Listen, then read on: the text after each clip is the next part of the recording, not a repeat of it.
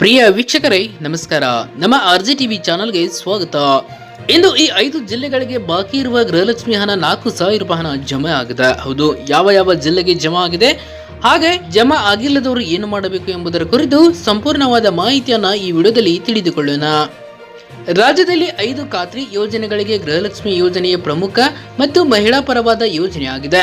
ಕೆಲವು ನೋಂದಾಯಿತ ಮಹಿಳೆಯರಿಗೆ ಗೃಹಲಕ್ಷ್ಮಿ ಹಣದ 11 ಕಂತಿನವರೆಗೆ ಬಿಡುಗಡೆ ಮಾಡಲಾಗಿದ್ದು 12ನೇ ಕಂತು ಇನ್ನೂ ಜಮಾ ಆಗಿಲ್ಲ. ಈಗಾಗಲೇ ನೋಂದಣಿ ಮಾಡಿಕೊಂಡಿರುವ ಕೆಲ ಮಹಿಳೆಯರು 11ನೇ ಕಂತಿನವರೆಗೆ ಪಡೆದಿದ್ದಾರೆ.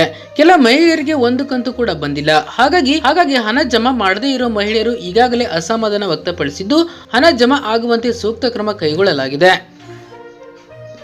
ಪ್ರಸ್ತುತ ಕೆಲವು ಜಿಲ್ಲೆಗಳ ಮಹಿಳೆಯರಿಗೆ ಠೇವಣಿ ಬಾಕಿ ಇದ್ದು ಈ ಜಿಲ್ಲೆಗಳಿಗೆ ಒಟ್ಟು 4,000 ರೂಪಾಯಿ ಪಾವತಿ ಹಣ ಬಿಡುಗಡೆ ಆಗಲಿದೆ ಎಂದು ತಿಳಿಸಿದ್ದಾರೆ. ಹೌದು, ಉಡುಪಿ, ಹಾಸನ, ಚಿಕ್ಕಮಗಳೂರು ಜಿಲ್ಲೆಗಳಿಗೆ ಬಾಕಿ ಹಣ ಬಿಡುಗಡೆ ಆಗಲಿದೆ. ದಕ್ಷಿಣ ಕನ್ನಡ, ತುಮಕೂರು, ಬೆಂಗಳೂರು ಗ್ರಾಮಾಂತರ, ಬೆಂಗಳೂರು ಕೇಂದ್ರ, ಬೆಂಗಳೂರು ದಕ್ಷಿಣ, ಉತ್ತರ ಚಾಮರಾಜನಗರ, ಚಿಕ್ಕಬಳ್ಳಾಪುರ, ಧಾರವಾಡ, ಮಂಡ್ಯ, ಮೈಸೂರು ಇತ್ಯಾದಿ ಊರುಗಳಿಗೆ ಜಮಾ ಆಗಲಿದೆ. ಗೃಹಲಕ್ಷ್ಮಿ ಯೋಜನೆ ಹೊಂದಿರುವವರು ಕೆಲವೊಂದು ಕೆಲಸಗಳನ್ನ ಮಾಡುವುದು ಬಹಳ ಮುಖ್ಯ. ಪಡಿತರ ಚೀಟಿ, KYC ಸಮಸ್ಯೆಯನ್ನು ನವೀಕರಿಸಿಲ್ಲ, ಮೊದಲು ಇದನ್ನ ಮಾಡಿ. ಈಗ ನಿಮ್ಮ ಆಧಾರ್ ಕಾರ್ಡ್ ತುಂಬಾ ಹಳೆಯದಾಗಿದೆ, ಅದರಿಂದ ಅದನ್ನು ಕೂಡ ನೀವು ನವೀಕರಿಸಬೇಕಾಗುತ್ತದೆ. NPCI ಮ್ಯಾಪಿಂಗ್ ಮಾಡದಿರುವುದು ಸಮಸ್ಯೆಯಿಂದಾಗಿ ಹಣ ಜಮಾ ಆಗಿಲ್ಲ. ಈ ಎಲ್ಲ ಕೆಲಸಗಳನ್ನ ಮಾಡಬೇಕಾಗುತ್ತದೆ. ಮಹಿಳೆಯರು ಬ್ಯಾಂಕ್ ಖಾತೆಯಲ್ಲಿನ ಹೆಸರು, ವಿಳಾಸ ಹಾಗೂ ಆಧಾರ್ ಕಾರ್ಡ್, ಪಡಿತರ ಚೀಟಿ ಒಂದೇ ಆಗಿಲ್ಲದ ಕಾರಣ ಮಿಸ್ ಮ್ಯಾಚ್ ಆದ ಕಾರಣ ಹಣ ಜಮಾ ಆಗಿಲ್ಲ.